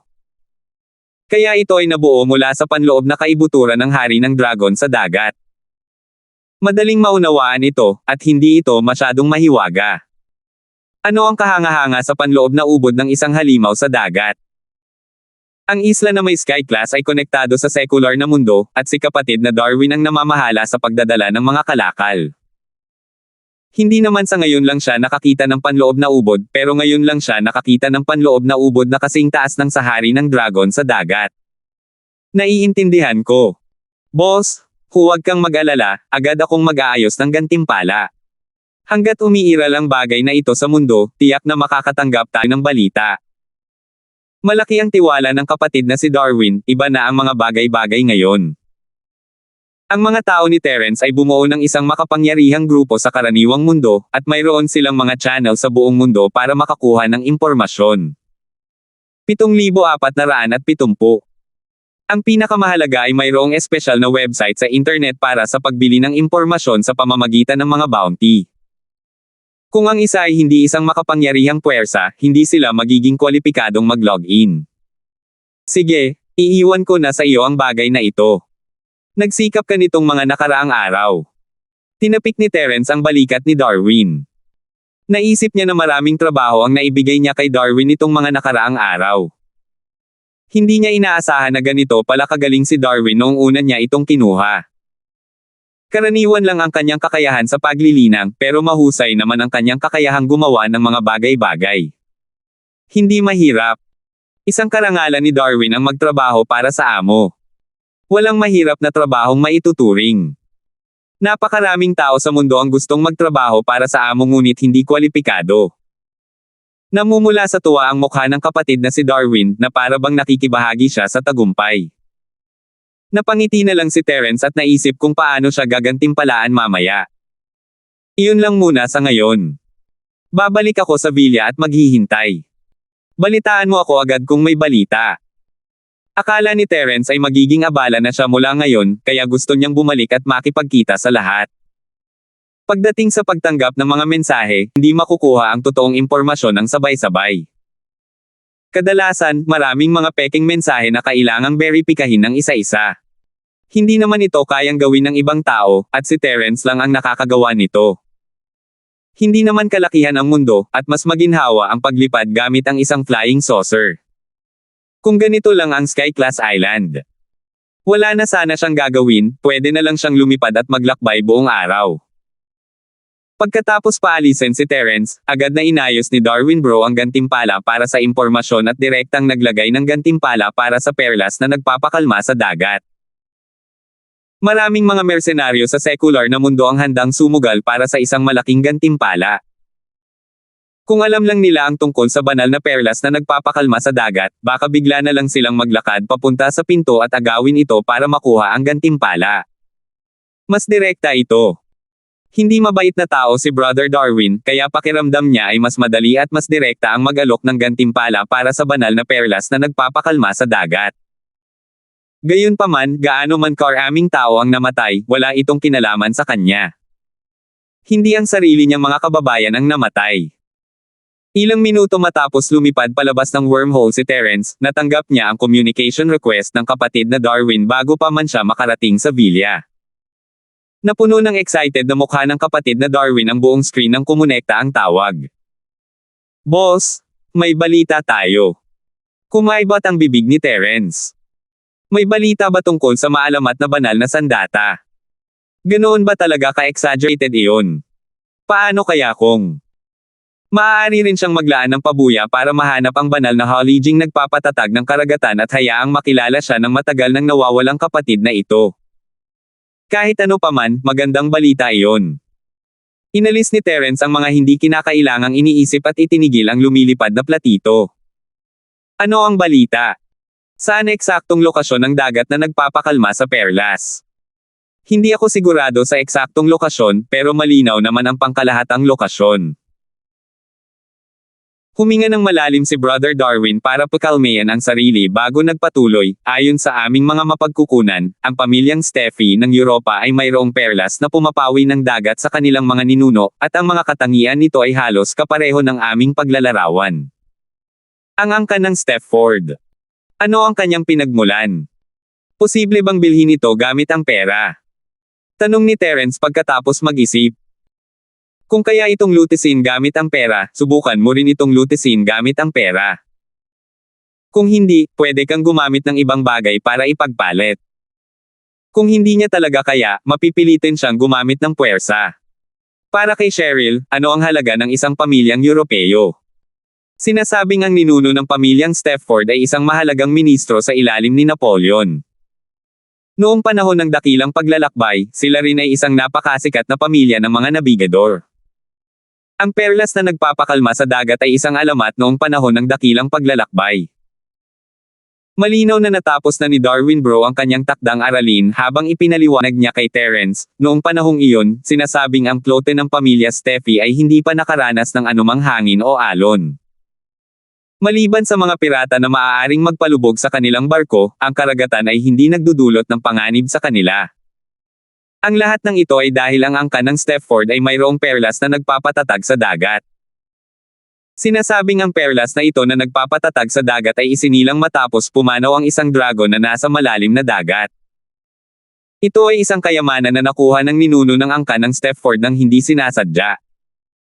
Kung dadalhin mo ito sa dagat, ito ay magiging mapayapa. Ang mga bagyo, puyaw ng tubig, alon, at maging ang mga peteng ay lalayo rito. Dahil dito nga talaga naging higanti ang pamilyang Stefford noong panahon ng dakilang paglalayag, at ito rin ang naglatag ng pundasyon para sa kanilang pamilya sa kalaunan. Hanggang ngayon, ang pamilyang Steffi ay isa pa rin sa mga higanti sa industriya ng maritima. Pumasok na lang tayo sa panahon ng high-tech, at ang mga ruta ay nakapirmi na at ang mga bagyong hinulaang ay lubos na tumpak, kaya hindi na kailangan ang pearl na nagpapakalma sa dagat. Bukod pa rito, hindi kailangan ng industriya ng maritima ng mga flota para maglakbay ng magkakasama. Walang saysay na ang isang cruise ship ay may kasamang perlas na nagpapatahimik sa dagat. Sa makatuwid, itinaguyod na ng angkan ng Steffi ang perlas na nagpapatahimik sa dagat bilang pamana ng kanilang angkan. Hindi ko alam ang konkretong lokasyon nito, pero sigurado akong nasa kamay ito ng angkan ng Steffi. Tuwang-tuwa si Terence. Bagamat sinasabing ang perlas na napapakalma sa dagat ay nagmula sa isang dragon ng baha, basta't maganda ang epekto, hindi mahalaga kung ito ay hari ng dragon ng dagat o dragon ng baha. Pareho lang naman. Marahil ay magkakaiba lang ang mga alamat ng iba't ibang bansa, at magkakaiba rin ang mga pangalan. Boss, nakapagpadala na ako ng mga tao para kontakin ang pamilya Steffi at itanong kung handa silang ibenta ang banal na perlas na nagpapakalma sa dagat. Kung hindi ito gumana, maaari ba tayong gumawa ng karagdagang aksyon? Hindi naglakas loob ang kapatid na si Darwin na gumawa ng anumang matinding aksyon, magiging abala kung masisira niya ang plano ni Terence. Siyempre, naintindihan ni Terence ang ibig sabihin ni Darwin, kung hindi niya ito mapaniwalaan, aagawin na lang niya ito. Kahit ang isang maliit na bansang Europeo ay hindi makakayanan ang atake ng gold ingot, lalo na ang katotohanang ang pamilya Steffi ay isa lamang higanti sa industriya ng maritima. Hanggat malaking halaga ng pera ang ipinuhunan, maraming organisasyong mersenaryo sa mundo ang magkukumpulan na parang mga peteng na amoy dugo. Ang lakas militar ng isang maliit na bansa ay maaaring hindi mapigilan ang mga desperadong ito gamit ang pinakamahusay na kagamitan. Bilhin muna natin. Hindi mo na kailangang mag-alala tungkol sa ibang mga bagay. Pinag-isipan ito ni Terence at napagdesisyonan na mas maaasahan kung siya mismo ang gagawa nito. Kahit na makakuha sila ng isang mersenaryo, maaaring mangyari ang mga aksidente. Nanganganib si Cheryl, at mas panatag siyang gawin ito ng mag-isa. Ibigay mo sa akin ang impormasyon ng pamilyang Stefford, at ako mismo ang bahala sa bagay na ito. Opo, boss. Ipapadala ko po ito agad sa inyo. Sige. Sagot ng kapatid na si Darwin, dahil alam niyang pinahahalagahan ni Terence si Cheryl kaya't nagpasya siyang siya na mismo ang gumawa nito.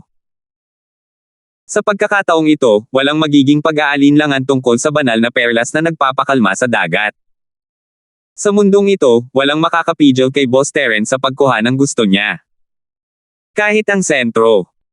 Di nagtagal, natanggap ni Terence ang detalyadong impormasyon mula sa kapatid na si Darwin. Matapos itong basahin, nagpasya si Terence na lumipad patungong Europa. Ngayong alam na niya kung nasaan ang perlas na nagpapakalma sa dagat, wala nang dapat sayangin pang oras. Kung mas maaga niya itong makuha, mas maaga niyang mahahanap si Cheryl. Sa katunayan, ang pinakasimpleng paraan ay ang hulihin ang mahahalagang miyembro ng pamilyang Stepford, tulad ng kasalukuyang patriarka o mga anak ng patriarka, at pilitin silang gamitin ang pearl na nagpapakalma sa dagat upang makipagkasundo. Kahit medyo magaspang, siguradong epektibo naman. Salamat po at sinamahan ninyo ako. Ingat lagi mga master.